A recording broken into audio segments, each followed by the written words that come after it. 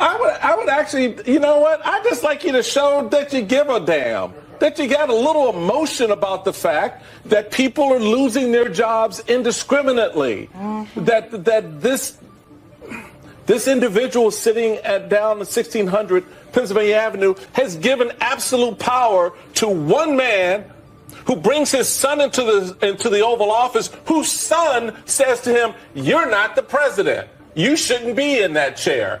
Now, where did he get that from? He got it from his daddy, because that's what his daddy thinks of the man who brought him into the Oval Office. So I just like to see somebody wake the hell up and get excited about the fact that your country is under assault. They're not at the gate anymore. They're in your bedrooms. They're in your living rooms. They're in your businesses. They got your data, dumbass. They got all your stuff.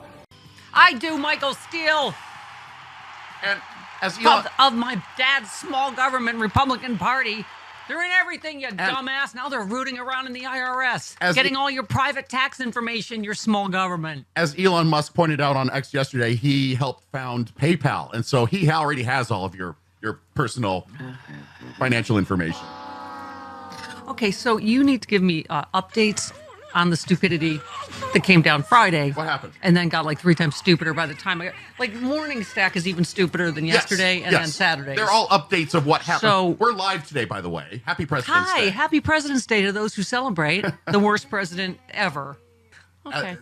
And I critically needed to interview Bella. You know why? Because did you see the Gen Z, Trump's ratings have dropped 40% among Gen Z. Just... Why were they? Yeah, Bella, you're going to need to do some explaining what they were thinking of 3 weeks ago. Because okay, all right. Also, Trump's getting ready to blow up the world. He's having peace negotiations without Ukraine, because that makes sense, doesn't it? To not invite them to the quote unquote peace negotiations. It almost makes you feel, Chris, like it's not a peace negotiation. It's a giving Ukraine to Putin. Right. Since he already, the art of the deal and all. The art of the deal. Yeah, he already gave pretty much everything to Putin before the art of the deal. Yeah. Is hate like because of tariffs and stuff? Is hate like our only export? Did you see this? I don't know what his name is. Brofman, somebody, 27, tried to kill 2 strangers he happened to see because he thought they were Palestinian. Yeah. Turns out they were father and son visiting from Israel. Yep. As Frangela would say, congratulations on the birth of your hate baby. Because you did this. You did this, America. Yeah. Okay. So, by the way, Michael Steele was on fire this weekend. Where is he? Oh, that's you. Go ahead. Yeah. You know what? I'd just like you to show that you give a damn, that you got a little emotion about the fact that people are losing their jobs indiscriminately, that this individual sitting down the 1600 Pennsylvania Avenue has given absolute power to one man who brings his son into the Oval Office, whose son says to him, "You're not the president. You shouldn't be in that chair." Now, where did he get that from? He got it from his daddy. So, all right, we were talking about this last conversation. Yeah, we were talking about this, and they did another segment on it, though. Yeah. Because last week, I thought what you were saying was that it was fake in that somebody put funny audio in. No, not necessarily. But it wasn't that. What it turns out is it can't be verified. Right. The problem is, as with everything else right now, the only way you could verify it is with Trump or Musk, who are never going to admit that his little nose-picky son... I mean, but I heard it. It did sound like that. Obviously, millions of people thought that. But it's not like, I think Bob Cesca said that we debunked it. We didn't actually debunk it. There's just no way to verify it. It's not that I thought, this is funny video somebody did on purpose. It's just a total fake. But the kid was inaudible. So because his stupid dad never shuts his yap because his dad was talking. His dad was talking. But it wasn't the kid's turn to talk. It did sound like it if you listen to it.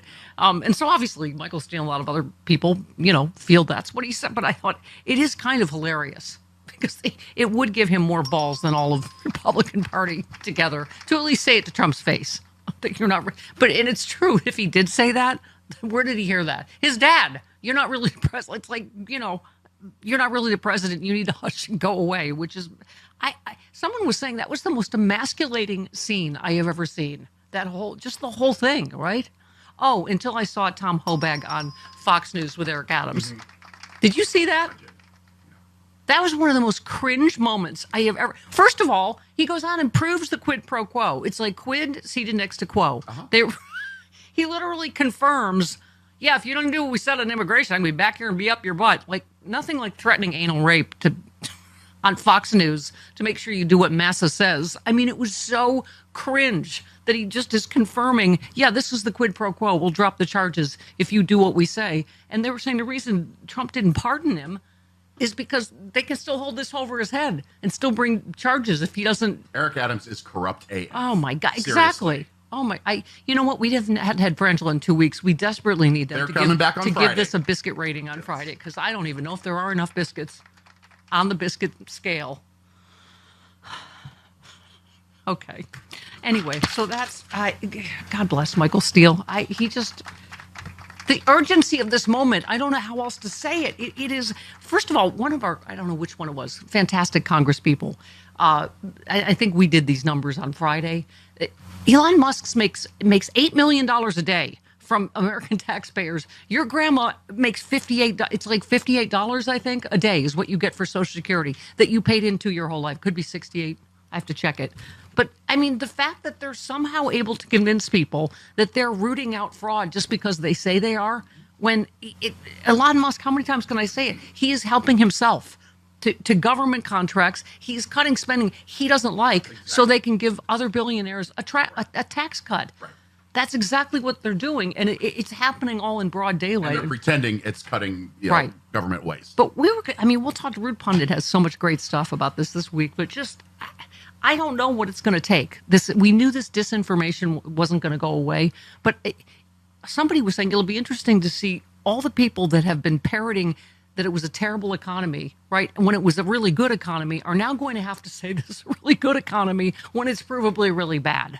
And eggs are $11 billion and whatever. So how long? Because they just buy whatever Trump says. Oh, we're cutting waste, right? And they're not cutting waste.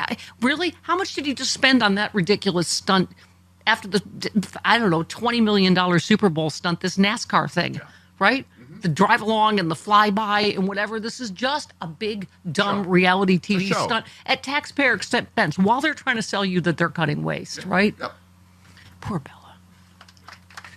Have we just silenced you entirely? Okay. we didn't do that on purpose. No. Yeah. We like Bella. Now Stan's going to say she's going to quit because we've cut off her microphones. This adds fuel to the fire. Yeah. Of the conspiracy. Yeah. Thanks, Stan. I see what you did. You were in here with bolt cutters this weekend. Silencing Generation Z. All right. Probably because Trump's ratings have dropped 40% among Gen Z. At least their brain cells are newer and they're picking it up quicker. Yeah. Oh, hey there, it's Stephanie Miller. If you're like me and you love sharp political insight, pointy, you like it pointy and sharp, bold opinions, and a touch of humor to make sense of these crazy times, have I got some fantastic news for you. The Political Voices Network is now on Substack. This is your new go-to for the best in independent media. We're talking about my show streaming daily with episodes on demand, the fearless of journalism of Brian Karem, the brilliant side-splitting satire of John Fugelsang, the unrelenting working-class advocacy of Rick Smith, and so much more. Here's the best part. Subscribing is so easy. You can join for free or go to the extra mile. Support these incredible independent voices by signing up for a full subscription starting at just $8. You'll get access to exclusive content, behind-the-scenes insights, and a chance to directly fuel fearless, unfiltered media. So what are you waiting for? Head on over to politicalvoicesnetwork.com. Hit that subscribe button and become part of the movement keeping truth alive in an era of corporate media overload. Every subscription helps, especially yours. One more time, that is politicalvoicesnetwork.com. Sign up now. Do it.